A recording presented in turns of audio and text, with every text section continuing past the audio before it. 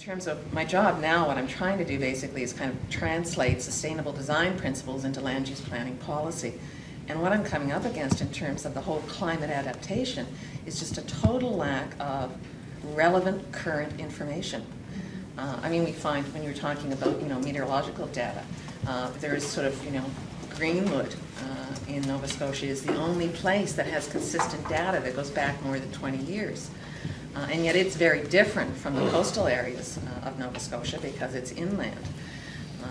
And small municipalities just don't have the capacity to either do that research, fund that research, let alone, even if that research was available, kind of the expertise to be able to analyze that information and know how to translate that necessarily into land use planning policy. So I think the challenges are very different depending on the size of the organization you're dealing with and the resources that are available to them. I guess I see a real need for leadership at both kind of the provincial level and the federal level. The City of Toronto right now this winter, their entire potholing budget was done in 2 months because we have now freeze-thaw cycle that is changing. And what it used to take, so it's not necessarily just an extreme event, just the budgeting necessary for moderate changes in the environment can impact cities. So adaptive planning for us really meant that we needed to form a working group. So we have a working group led by myself and another member of our senior engineering team at the city who runs actually our waterworks and sewers, etc. So we have internal leadership. I'm in the sustainability group, and what we did, I guess, at the early stage was this network. We got out and networked and talked to people over the last several months about what's happening with the science, what are other jurisdictions doing. And what we realized, I guess, 3 key things, and that's what I wanted to share with you. Number one, the main challenges for a city are to obtain useful projections that can be applied locally. Right now, our engineers at the city and planners don't have enough confidence in the projections that are out there. There's enough uncertainty that in some ways their hands have been tied. So that's one issue. And then second level, local governments, and this is a good news story, don't need to completely change their existing planning. So we don't need to change the way we're planning. We just need to embed some flexibility into our planning process to allow for the projections as they come in to evolve our own planning. So understanding the projections are not as good as they need to be yet necessarily in some key areas that I'll show you on this slide, but also understanding that they will get better over time. We wanted to have a process started that the city will start working through that. So that didn't mean that a person like myself will be issuing plans, rather that as we do our regular planning, as I mentioned, Dan, that we have a 3-year capital planning process, that we have people who are ready with the climate projections to be able to make slightly different decisions than they might make otherwise. We already have some good feeling that can happen now. And we do believe we need to do for the City of Vancouver an overall vulnerability assessment. Because we haven't actually done this kind of work before, we think it's important to do an overall vulnerability assessment. Governments can make choices about what to do about climate change on the adaptation side. It's perfectly legitimate for a government to choose to do nothing about it, the so-called business as usual scenario. But assuming that doing nothing is not the desirable policy approach, and I think we'd all agree that it's not, well, maybe not everywhere, but in most municipalities, are there any courses of action that we could say could be or should be adopted in any municipality? In that, we're thinking in terms of best practices or performance indicators, or is there some way of measuring, even at the most basic level, in the form of outputs?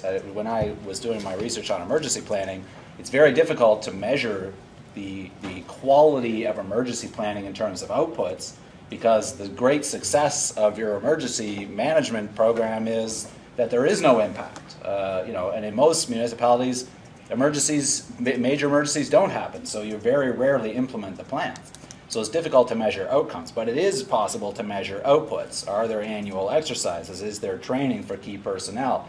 Is there intermunicipal mutual aid agreements? These types of things. And this is what I'm hoping that we can map out some sort of performance measures if not specific instruments, at least broad objectives. And one I could think of off the bat would be a vulnerability assessment of some sort, you know, just to do an initial assessment of where the vulnerabilities are, even if that means one person going from department to department asking, where do you feel in your portfolio are most vulnerable to climate change? So that is one performance measure. You know, that's a simple 1 or 0. Have they performed a vulnerability assessment? And secondly, has this led to any type of, you know, has this fed into any broader planning process? I don't know, but I'm hoping that particularly tomorrow we could try to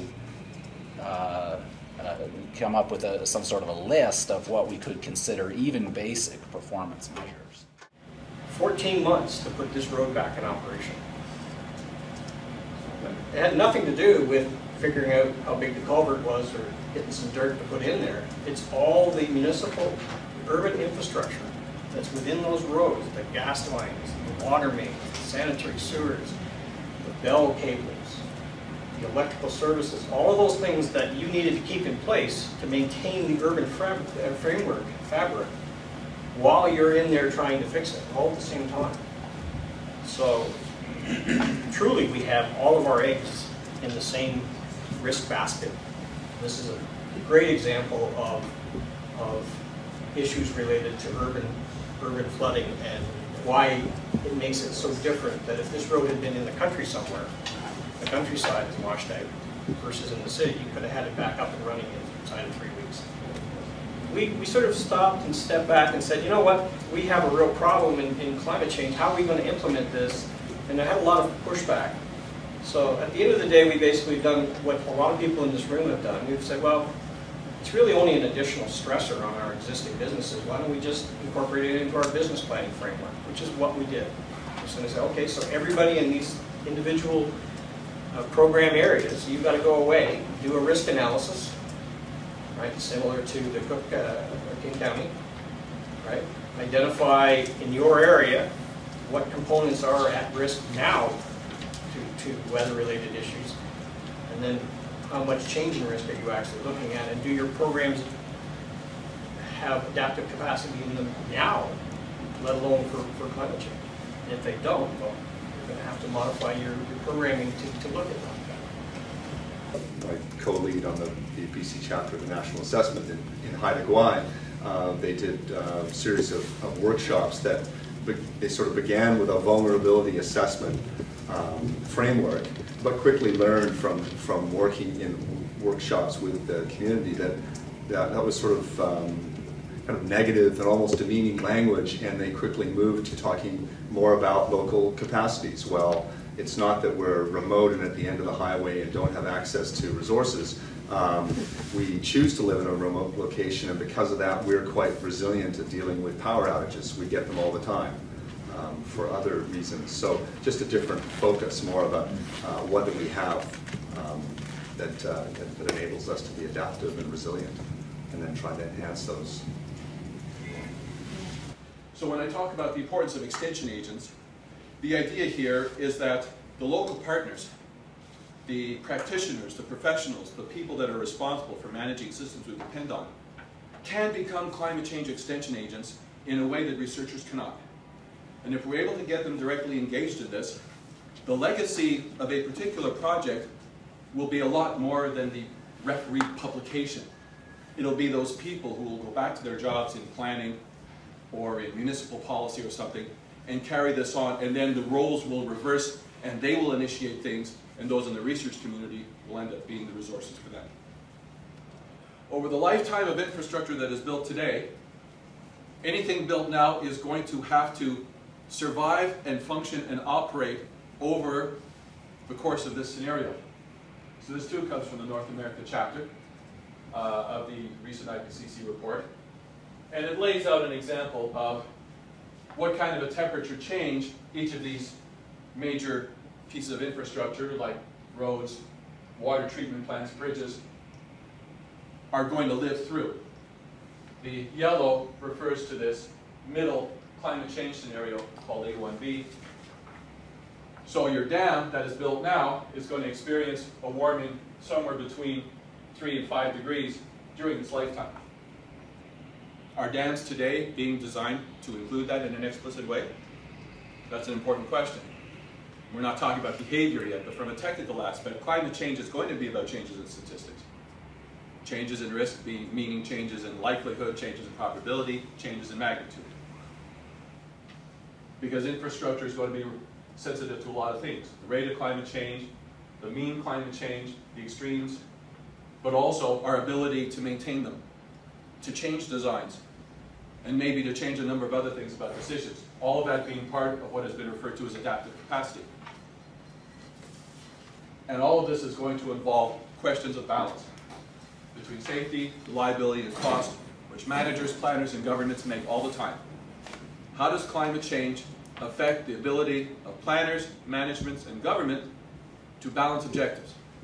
In the information flow between climate science and decision makers, and I just showed this slide to a meeting of meteorologists last week, which a couple of you were at. There's been this tendency in institutions like that for a long time that says if we can reduce uncertainty in the physical science and just lay it out there, people will magically take it and make decisions. It's kind of what might be called a simple outreach information flow between those who produce climate information and the stakeholders that are responsible for making decisions. What I've argued for a while is that if we think of the information flow between climate science and professionals who work for stakeholders, that information flow requires going through